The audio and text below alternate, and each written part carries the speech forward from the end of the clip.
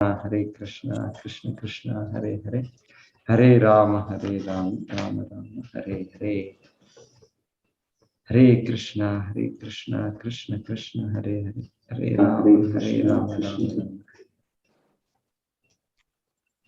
हरे कृष्ण सूर्यप्रभु माताजी రావచ్చు అనుకుంటాను క్లాస్ విజిట్ వస్తే చెప్పండి. ఏం ప్రభుజీ? రమేష్ ప్రభుజీ రావచ్చు క్లాస్ విజిట్ వస్తే వస్తే మీరు చెప్పండి. ఓకే ప్రభుజీ, చెప్తాం ప్రభుజీ. ఓకే ప్రభుజీ, స్క్రీన్ సింధూర మాతాజీని స్టాప్ చేయమన్నారు, మీరు చేస్తున్నారు ప్రభుజీ? చేస్తాను. ఓకే ప్రభుజీ. కనిపిస్తుంది అనుకుంటాను. కనిపిస్తుంది ప్రభుజీ. ఎస్ ప్రభుజీ.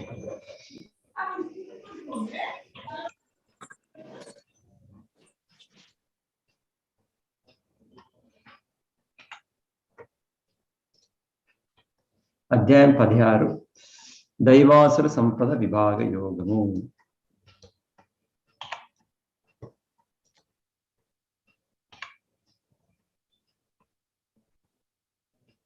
అభయం సత్వ సంశుద్ధి జ్ఞాన యోగ వ్యవస్థితి దానం దమశ్చ యజ్ఞశ్చ స్వాధ్యాయ తప ఆర్జవం అహింసా సత్యమక్రోధ త్యాగ శాంతిరపైష్ణం దయాభూతేషు అలోలుప్తం మార్గం రీవ చాపలం తేజ క్షమా ధృతి శౌచం అద్రోహ నాతిమానిత భవంతి సంపదం దైవి అభిజాతస్య భారత.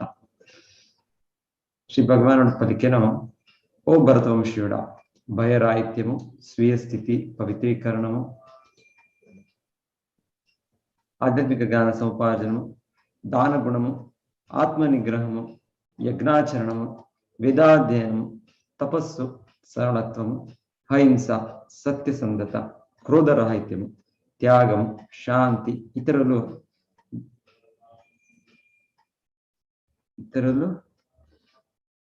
ద్వేషమును ఎన్న కలగుట, ఇతర ద్వేషములు ఎన్న కుండుట, జీవులందరి ఎడ దయ, లోభరాహిత్యము, మృదుత్వము, సిగ్గు, దృఢనిశ్చయము, తేజము, క్షమ, ధైర్యము, శుచిత్వము, అసూయారాహిత్యము,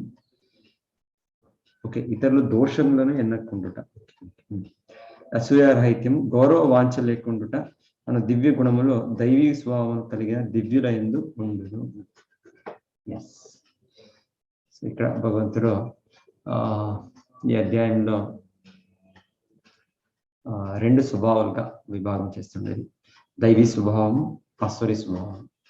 సో సత్వగుణంలో ఉండేది దైవీ స్వభావం అని చెప్పచ్చు. సో అది మనని ఇంకా ఎక్కువ ఆధ్యాత్మిక పురోగతి సాధించి భగవద్ధామం చేరేదానికి సహాయం చేస్తుంది. రాజస తామస స్వభావాన్ని అది ఆసుర స్వభావం అని చెప్పి అది మనకి క్రింద ఇంకా నేను పతనం పొందుతాం. సో దానికి దైవీ స్వభావం, ఆసుర స్వభావం. దీన్ని వివరణ మొదటగా దైవీ స్వభావంలో భగవంతుడు వేద శాస్త్ర అనుసారంగా మనము గడిపే జీవనంలో మనకి దైవీ గుణాలు పొందేదానికి సహాయం చేస్తుంది. సో మన వేద ధర్మం అనుసారంగా వర్ణాశ్రమ ధర్మం భగవంతుడే చతుర్వర్ణ మయా సృష్టం గుణకర్మ విభాగశ, భగవంతుడే అది విభాగం చేసింది. సో ఒకర గుణాల నుంచి ఒకర కర్మ నుంచి. సో దాంతోపాటు మేము ఫాలో చేస్తుంటే ఇది దైవీ గుణాలను మనం పొందొచ్చు. ఒక్కొక్కటి దైవీ గుణము ఒక్కొక్క స్థాయిలో ఒక్కొక్క విభాగంలో ఉండే వ్యక్తికి ముఖ్యము అని ఇక్కడ దీని ఎక్స్ప్లెనేషన్స్ ఇచ్చారు. ఫస్ట్గా ఆధ్యాత్మిక పురోగతి సాధించడానికి విభాగం బ్రహ్మచర్య, గృహస్థ, వానప్రస్థ, సన్యాస. సో బ్రహ్మచారి కొంత కర్తవ్యాలు, కొంత గుణాలు అవశ్యం, సో పొందాలి.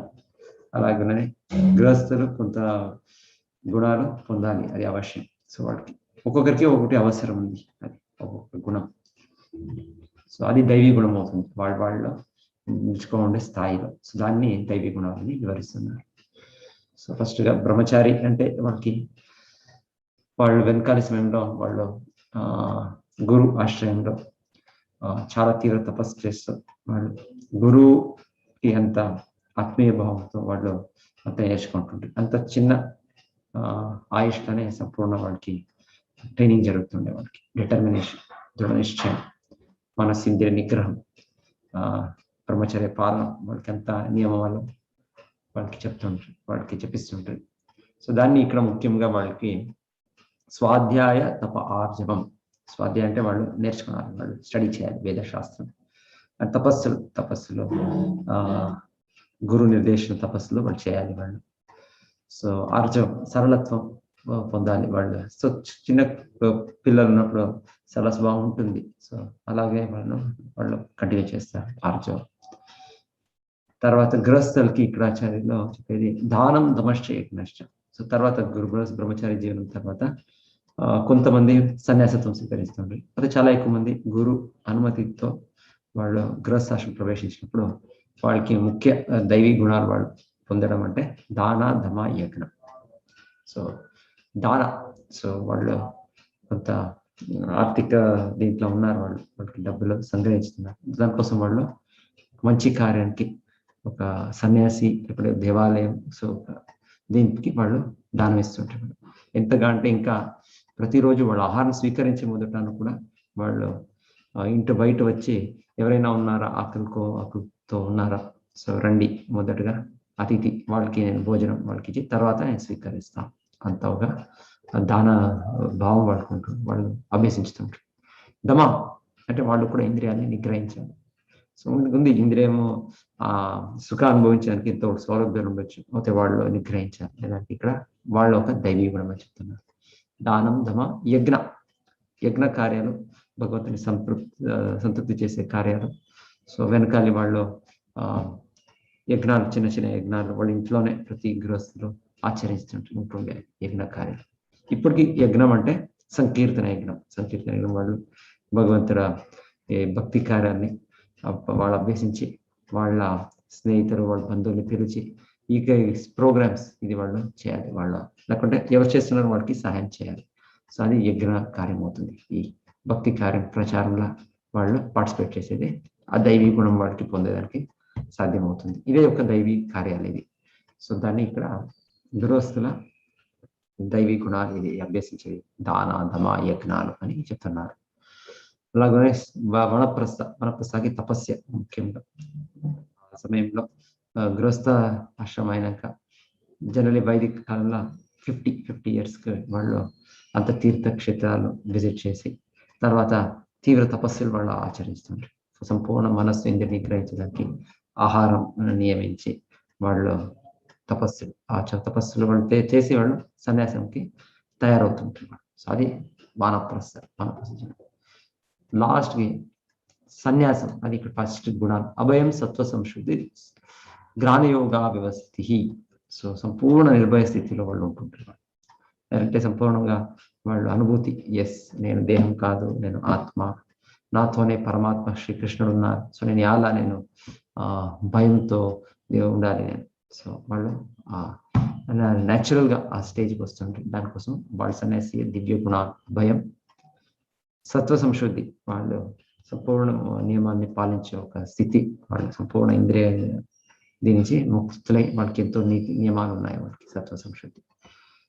పర్టికులర్లీ వాళ్ళకి చెప్పినట్లు స్త్రీ సంపర్కం వాళ్ళకి నిషేధం సన్యాస స్టేజ్లో వాళ్ళు దాంట్లో స్టేజెస్ ఉన్నాయి. పర్టికులర్లీ దాంట్లో బౌద్ధక, కుటీచక, పరివ్రాజక, పరమహంస. సో దీంట్లో వాళ్ళకి నిషిద్ధం. సో వాళ్ళు చాలా దానికి రూల్స్ రెగ్యులేషన్స్ ఫాలో చేస్తుంటాయి. వాళ్ళు ఉంది అంటే అందరు సమక్షమున వాళ్ళకి సలహా ఇవ్వకపోవడం, అయితే ప్రైవేట్గా ఇంకొక పర్సనల్గా లేదు. నో, ఇది సన్యాస దీంట్లో చాలా స్ట్రిక్ట్. అది సత్వ సంశుద్ధి ఎంతో నియమాల్లో అది ముఖ్యం అని చెప్తున్నారు ఆచార్య. జ్ఞానయోగా వ్యవస్థితి. జ్ఞానయోగ వ్యవస్థితి అంటే వాళ్ళు సంపూర్ణంగా ఆ జ్ఞానయోగం, జ్ఞాన సంపాదన ఉండాలి, ఆ స్థాయిలో ఉండాలి. బ్రహ్మచర్యలా నేర్చుకుంటున్నారు, ఇంకా స్టార్ట్ అయింది బ్రహ్మ స్వాధ్యాయం. అలాగనే కంటిన్యూ సన్యాసంలో సంపూర్ణ ప్రతిష్ఠితులై ఉన్నారు. అది జ్ఞానయోగ వ్యవస్థ. సో ఇది వాళ్ళ దివ్య గుణ అని చెప్తుంది. సో అభయం సత్వ సంశుద్ధి జ్ఞానయోగ వ్యవస్థితి దానం దమశ్చ యజ్ఞశ్చ స్వాధ్యాయ తపార్చ. ఇదంతా ఆచార్యులు ఈ ఆధ్యాత్మిక విభాగాలు ఉన్నాయి, బ్రహ్మచారి, గృహస్థ, వానప్రస్థ, సన్యాసి. దీన్ని పాటించి పొందడం ఈ గుణాలోనే చెప్తున్నారు. సో అలాగనే నెక్స్ట్ అహింస, సత్యం, క్రోధ, శాంతి, అపైషణం, ఇవంతా కూడా ప్రతి ఒక్కరు అభ్యసించాలి.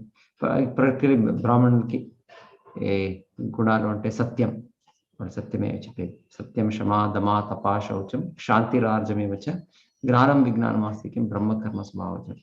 సో ఈ దివ్య గుణాలు వాళ్ళు పొందాలి. వాళ్ళు ఆమె క్షత్రియులు అంటే తేజస్, మరి శౌర్యం, అదంతా వాళ్ళ గుణాలు. తేజ క్షమ ధృతి క్షమ. సో వెనకాల క్షత్రియులు ఎలా ఉంటుంటే ఎవరైనా శత్రువు వాళ్ళకి సరెండర్ అవుతే వాళ్ళు విడిచేస్తుంటారు, వాళ్ళని వధించుతుండేవాళ్ళు. క్షమ అనేది కూడా వాళ్ళ గుణం, వాళ్ళు ఉంటుండేవాళ్ళు. అది ఒక మంచి వ్యక్తి గుణం కూడా. బ్రాహ్మణుడిది కూడా క్షమ అనే భావం వాళ్ళది కూడా ఉంటుంది. సో ఇదంతా దైవీ గుణాలు. తేజ క్షమ ధృతి, శౌచం అద్రోహో నాతిమానిత, భవంతి సంపదం దైవీం అభిజాత సభారత. సో ఇవంతా దైవీ గుణాలు భగవద్గీతున్నారు. ఇది కూడా ఇతరుల దోషములు ఎన్నకుండుట, అది కూడా fault finding, unnecessary fault finding. So చెప్తారు ప్రతి ఒక్కరికి ఫాల్ట్స్ ఉంటుంది భౌతిక జగత్తులో. సో దానికి మనది ఒకటి కర్తవ్యం ఉంటే మనం దాన్ని చూడొచ్చు. తల్లిదండ్రులు తన పిల్లల్ని రైట్ డైరెక్షన్ కి గైడ్ చేసేదానికి వాళ్ళు ఒక ఫాల్ట్స్ చూడొచ్చు, లేకపోతే గురు టీచర్ ఒక స్టూడెంట్ని చూడవచ్చు.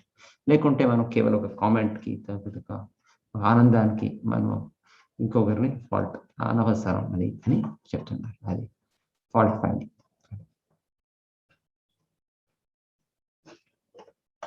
ఎస్, దయాభూతేషు అలోలుప్త్వం. సర్వజీవీయుడ దయ, అలోలుప్త్వం లోభరాహిత్యం, మార్దవం మృదుత్వం, అచాపలం.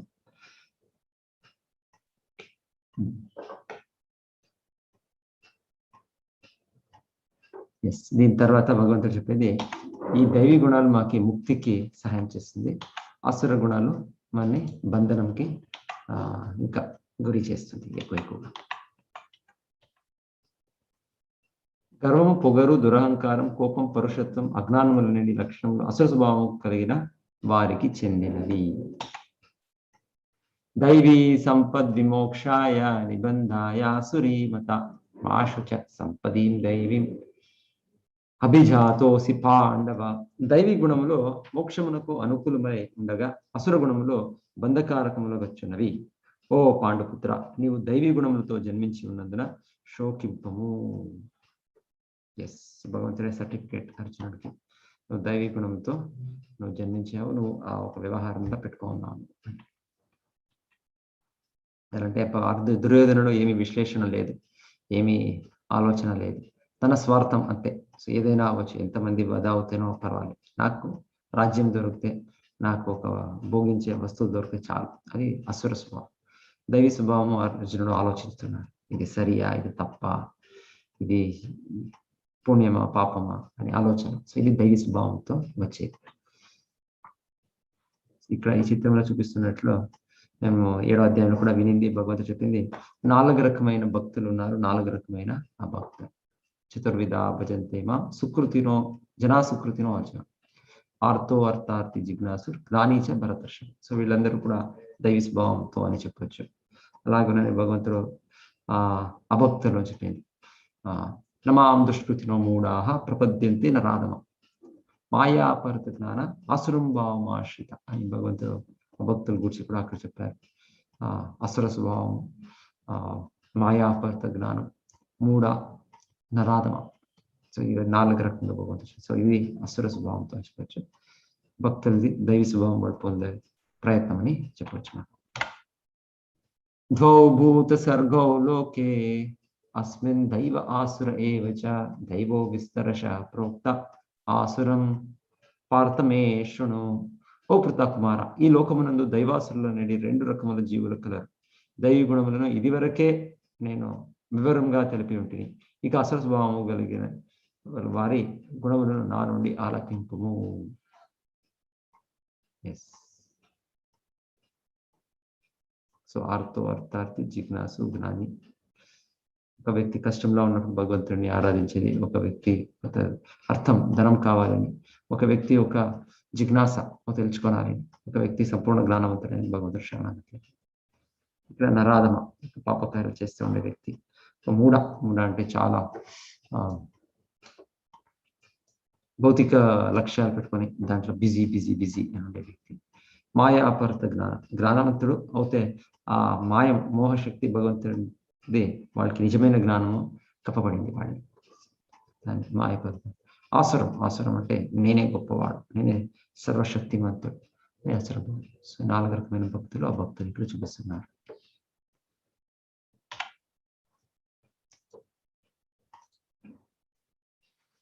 ప్రవృత్తిం చ నివృత్తిం చ జనానా విదురాసురా న శౌచం నాపి చాచారో సత్యం తేషు విద్యతే. ఆసురి గుణములను కలిగిన వారు చేయవలసినది ఇదియో చేయరానేది ఇదియో ఎరుగుకుందరు. శుచిత్వము గాని సదాచారము గాని సత్యము గాని వారి యందు గోచరింపదు. సో తెలియదు అంటే ఒక జ్ఞానం, అండర్స్టాండింగ్, ఒక తప్పు అవగాహనతో వాళ్ళకి వాళ్ళ బంధనంలో ఉండి వాళ్ళకి తెలియదు, వాళ్ళు ఎరుగుకుందరు అని భగవంతుడు చెప్తుంది. నా శౌచం నాపి చాచారం నా సత్యం. సో దీని ఇప్పుడు ఎక్స్ప్లెనేషన్స్, ఏమిది శౌచం, ఏమి ఆచార, ఏమి సత్యం అని భగవంతుడు ఇప్పుడు మనకి చెప్పేది, వివరించేది. సో వాళ్ళ తప్పు అవగాహన మూల కారణం ప్రతి ఒక్కటి మనము ఈ అవగాహన పెట్టుకుంటాము, దానిపైన మన నిర్ణయం, దానిపైన మన ఆచారం. సో భగవంతుడు చెప్తుండేది వాళ్ళ అవగాహన ఏమిటి, అసురభావం, అసురి గుణంలో ఏ అనుభవంలో ఉంటారు అవగాహన. అసత్యమప్రతిష్టం తే జగదాహుర్ అనీశ్వరం అపరస్పర సంభూతం కిమన్యత్ కామ హేతుకం. ఈ జగము అసత్యమనియు ఆధారము లేనిది, నియామకుడు ఎవ్వడును దీనికి లేడనియు, సంగమ అభిషాలాష చేతనే ఉత్పన్నమైనట్టి, దీనికి కామం తప్ప వేరొకటి కారణం కాదని వారు పలకుదురు. సో ఇది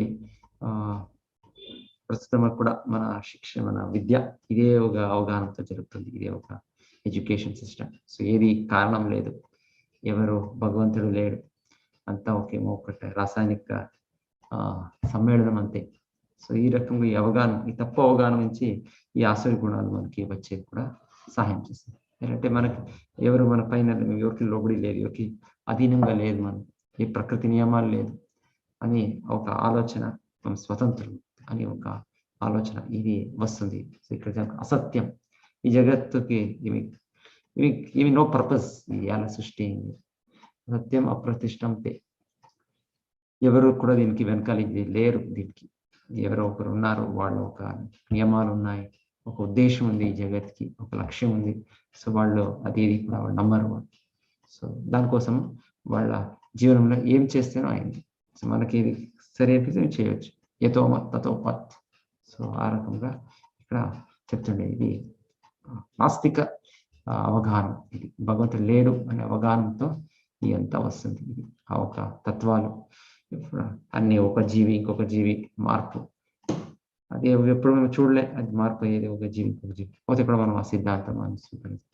అంటే శాస్త్రంలో ఎప్పుడో మొదటగా ఒక పెద్ద స్ఫోటం నుంచి ఒక సృష్టి వచ్చే, అది కూడా ఎవరు చూడలే, అది కాదు, అది ఇంకా ప్రాబిలిటీ అని చెప్తారు. దాంట్లో కూడా మ్యాథమెటిక్స్ చేసినప్పుడు అది కాదు అనేది ఒకటి ఎంతో 1 into 10⁻⁴ ఎంతో, ఆ ఛాన్స్ ఆ రకంగా లేదు, అది కూడా లేదు.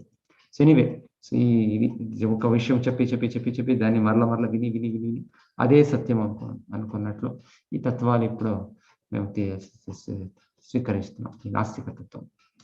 సో భగవంతుడు చెప్తుండే ఈ అవగాహన నుంచి, ఈ ఒక దీని నుంచి ఆధారం నుంచి ఆ ఒక స్వభావం కూడా ఎక్కువగా వస్తుంది అని చెప్తున్నాను భగవంతుడు. ఏతాం దృష్టిం అవష్టభ్య నష్టాత్మానో అల్పబుద్ధయః ప్రభవంతి ఉగ్రకర్మాణః క్షయాయ జగతో అహితాః. నష్టాత్ములను అల్పబుద్ధులను అసుర స్వభావము గలవారు అల్పబుద్ధులు, భగవంతుడు చెప్పిన అల్పబుద్ధులు, వాళ్ళకి సరైన అవగాహన లేదు, దానికి అల్పబుద్ధులు. అసుర స్వభావం కలిగిన వారు ఇట్టి అభిప్రాయములని అనుసరించుచు అహితములను జగద్వినాశకములను అగు ఘోర కర్మలను నియుక్తులవుతారా.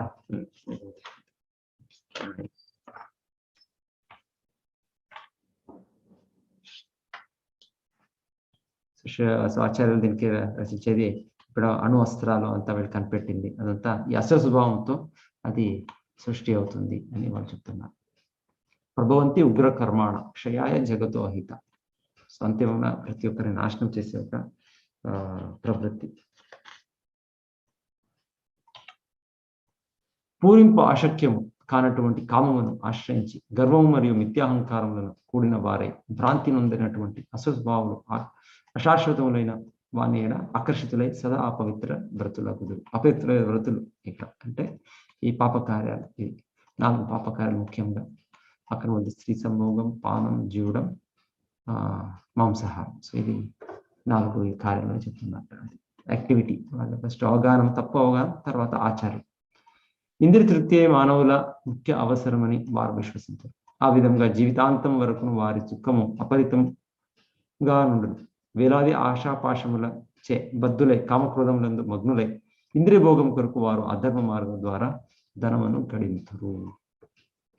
సో భక్తి మార్గంలో కూడా దానికి చెప్పేది సతోవృత్తే అని చెప్తారు. సో ఈ ధన సంగ్రహం కూడా సరిగా మార్గంగా ఉండాలి అని చెప్పేది. అయినంత ఉండొచ్చు బిజినెస్ లో, దీంట్లో కొంత అబద్ధాలు చెప్పేది ఉండొచ్చు, అయితే చాలా ఎక్కువగా ఉండరాదు, దానికి లిమిటేషన్స్ ఉంది.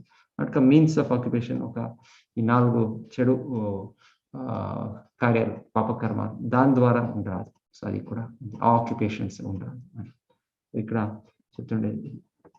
ముఖ్యం ఇంద్రియ తృప్తినే ఉద్దేశమైనప్పుడు ఎలాగో నేను ధనవంతుడు అవ్వాలి, బెగ్, బారో ఆర్ స్టీల్ అని చెప్తారు. ఇంకా ఒక వీళ్ళు చెప్తారు వెనకాలి చార్వాక ముని అని. చార్వాక ముని అని ఒక నాస్తికుడు, ఒక ముని అంటే చాలా గొప్ప చింతకు వేదిక కాలంలో.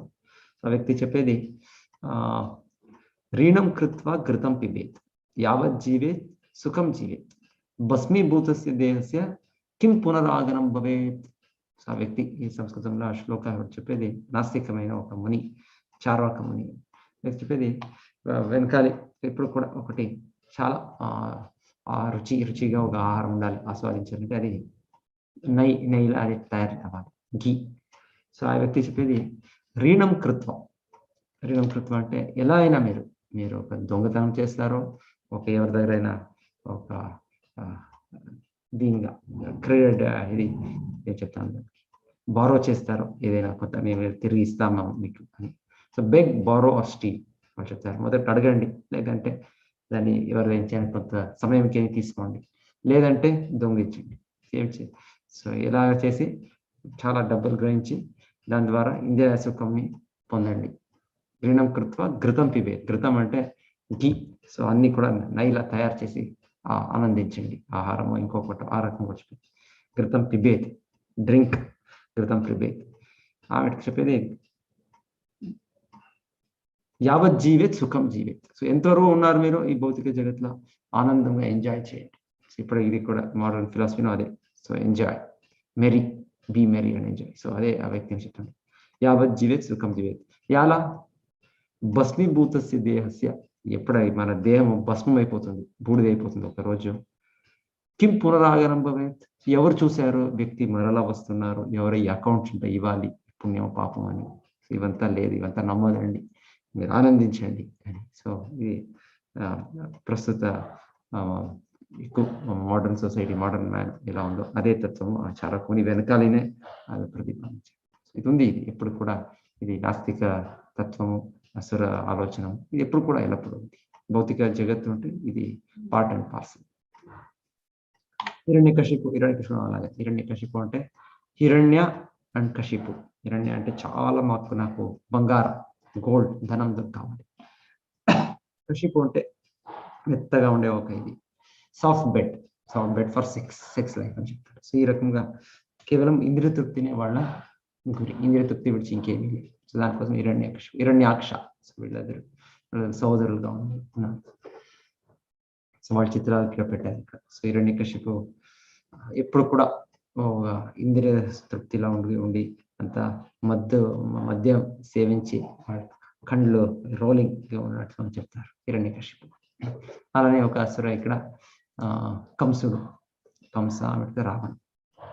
సో హిరణ్యకశిపు ఎంత అసురుడు అంటే తన పుత్రుడు, అమాయక పుత్రుడిని కూడా వధించే కితారు.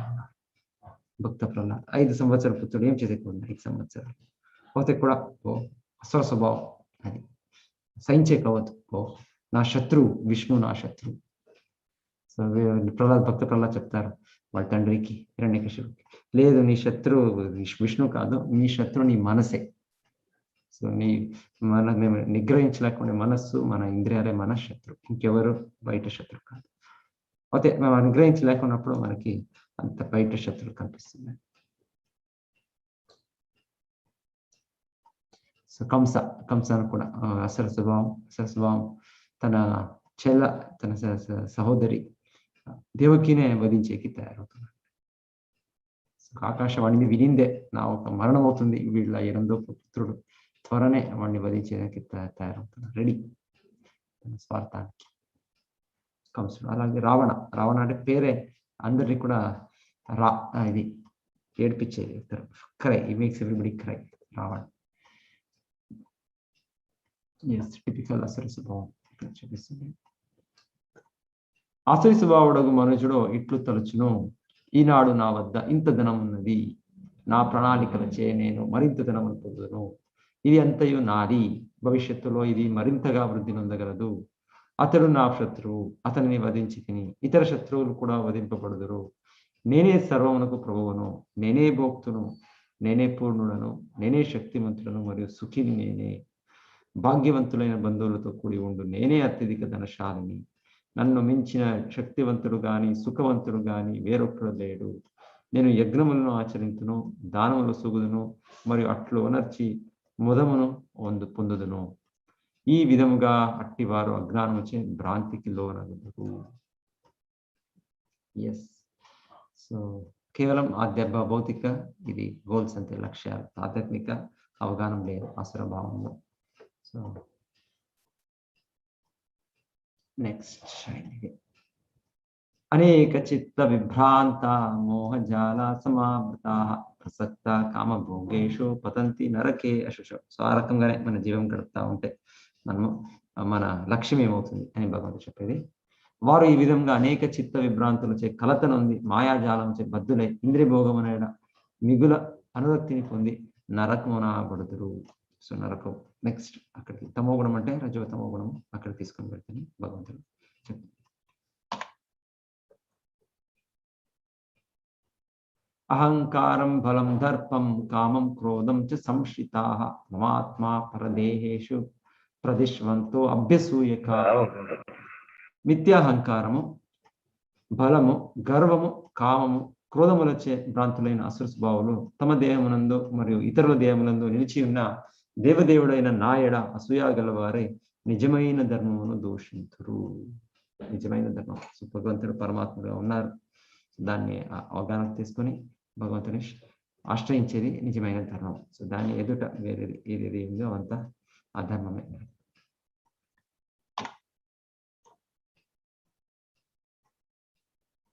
తానహం విశత క్రూరాన్ సంసారేషు నరాధమాన్ క్షిపామ్యజస్రమశుభాన్ ఆసురిష్వ ఏవ యోనిషు. అసూయ గల వారిను, క్రూరులను ఆగు నరాధములను వివిధ అసుర జన్మముల నేను సంసార సాగరంలో నేను శాశ్వతంగా పడద్రోయిచున్నాను. సో అంత్యమున ఈ మృత్యు అంతా వచ్చినప్పుడు ఎవరు కూడా స్వతంత్రం లేరు, ప్రతి ఒక్కరు స్వీకరించాలి. తర్వాత మేము ఇక్కడ వెళ్తాం, తర్వాత ఏమవుతుంది. సో చెప్పేది భక్తులు భగవంతుడిని వాళ్ళ జీవనంలో భగవంతుడి ఆదేశాలు పాలించి భగవంతుని చూస్తారు. సో భగవంతుడు ఒక మధుర రూపం వాళ్ళు ఆస్వాదించుతారు. అయితే మేము నాస్తిక భావంతో ఉంటే భగవంతుని చూస్తాము, మృత్యు స్వరూపంగా చూస్తాం. సో ఎలా మనం వినేది ఈ వెనకాల ఇక్కడ చూసింది అసురులు, హిరణ్యకశిపు కావచ్చు, కంసుడు కావచ్చు, రావణుడు కావచ్చు, ఇక్కడ చూపిస్తుండే పశుపాలుడు కావచ్చు. సో వీళ్ళందరూ చూపిస్తూ భగవంతుని చూశారు మృత్యు స్వరూపంగా వచ్చి వాళ్ళు చూశారు. భగవంతుని వాళ్ళు అంగీకరించక భగవంతుని ఆశ్రయం పొందడానికి వాళ్ళు రావట్లేదు. అయితే అంతిమన వాళ్ళన్నీ వాళ్ళ సామర్థ్యము, శక్తి, బుద్ధి, దేహము ఏముంది వాళ్ళు ప్రతి ఒక్కటి నాశనం అయ్యేటప్పుడు ఆ రూపంలో భగవంతుని చూస్తారు. మృత్యు సర్వహరశ్చాహం కాలో అస్మి. అది భగవంతుని ఇంకొక రూపమే.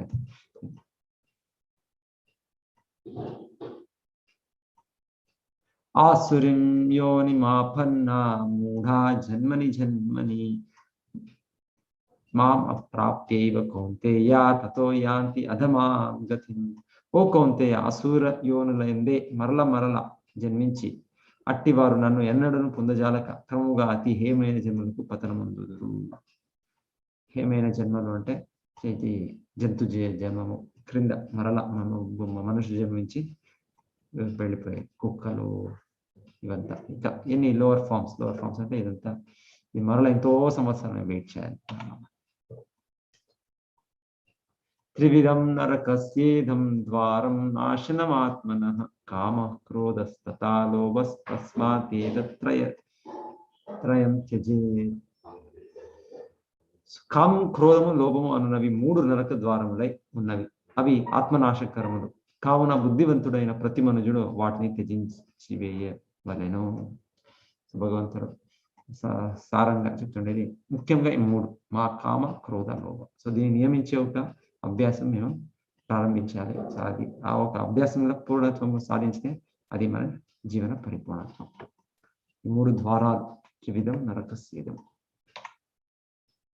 ఏతైర్విముక్త కౌంతేయ తమో ద్వారై త్రిభిర్నరై ఆచరత్యాత్మన శ్రేయస్ తతో యాంతి పరాం గతిం. ఓ కుంతిపుత్ర, ఈ 3 నరక ద్వారముల నుండి తప్పించుకోనడి వాడు ఆత్మానుభూతికి అనుకూలములైన కార్యములను అనుసరించి క్రమంగా పరమగతిని పొందగలడు. సో ఇది నియమించినప్పుడు మనకి ఇవంతా అభ్యసించేకి ఈజీ అవుతుంది. గురు ఆశ్రయించేదానికి, దాని ద్వారా వేదాధ్యయనము, తపస్సులు, ఇంద్రియ నిగ్రహము, ఆధ్యాత్మిక జ్ఞాన సముపార్జన ఇవంతా ఈజీ అవుతుంది. ఇది చేస్తుంటే ఇది ఈ స్థాయిలో ఈజీ చేసేయచ్చు. ఇది డిస్టర్బెన్స్ ఉన్నప్పుడు చాలా కష్టం.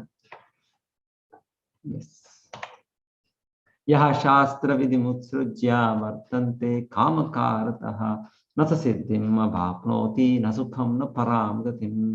శాస్త్ర విధులను త్యజించి తోచిన రీతిగా వర్తించువాడు పూర్ణత్వమును గాని, సుఖమును గాని, పరమగతిని గాని పొందజాలడు. సిద్ధి అంటే మన జీవన మనుష్య జన్మలో మేము ఆత్మ పరమాత్మ నిత్య సేవకుడు అని వచ్చే ఒక స్థితి, సిద్ధి స్థితి. పరామగతి అంటే భగవంతుని చేరేది, తర్వాత భగవద్ధాము చేరేది. నా సుఖం, భౌతికం కూడా సుఖం లేదు యాక్చువల్లీ శాస్త్ర విధి విడిచినప్పుడు. తస్మాత్ శాస్త్రం ప్రమాణం తే కార్య వ్యవస్థితౌ జ్ఞాత్వా శాస్త్ర విధానోక్తం కర్మ కర్తుం యహారసి. కనుక ప్రతి ఒక్కరు శాస్త్ర నియముల ద్వారా కార్యము అనేమో అకార్యమేనేమో అవగాహన చేసుకొనవలెను.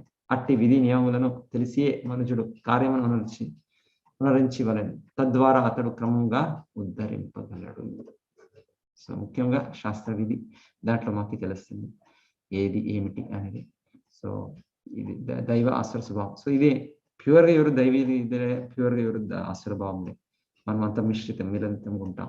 అయితే ఒక వివరణ భగవంతుడు చెప్పింది, ఈ అసురత్వం నుంచి మనం దైవ స్వభావం పొందాలి. భౌతిక జగత్తులో ఉన్నాము అంటే మనం దైవ స్వభావం నుంచి అసుర స్వభావం వచ్చాము, మరలా మనం తిరిగి దైవ స్వభావంకి వెళ్ళాలి. దానవ ప్రవృత్తులను కలిగిన వారు నీచ జన్మలను పొంది భవబంధనంలో చిక్కికొందరు. కావున మనము దైవీ గుణములను పెంపొందించుకొని శాస్త్రానుసారం జీవనం గడుపుతూ ఆధ్యాత్మిక పూర్ణత్వను పొందవలెను. సో హరే కృష్ణ మంత్ర దీన్ని జపించే ద్వారా సులభంగా మనము దైవీ స్వభావం పొందవచ్చు. హరే కృష్ణ కృష్ణ కృష్ణ హరే హరే, హరే రామ రామ రామ హరే హరే.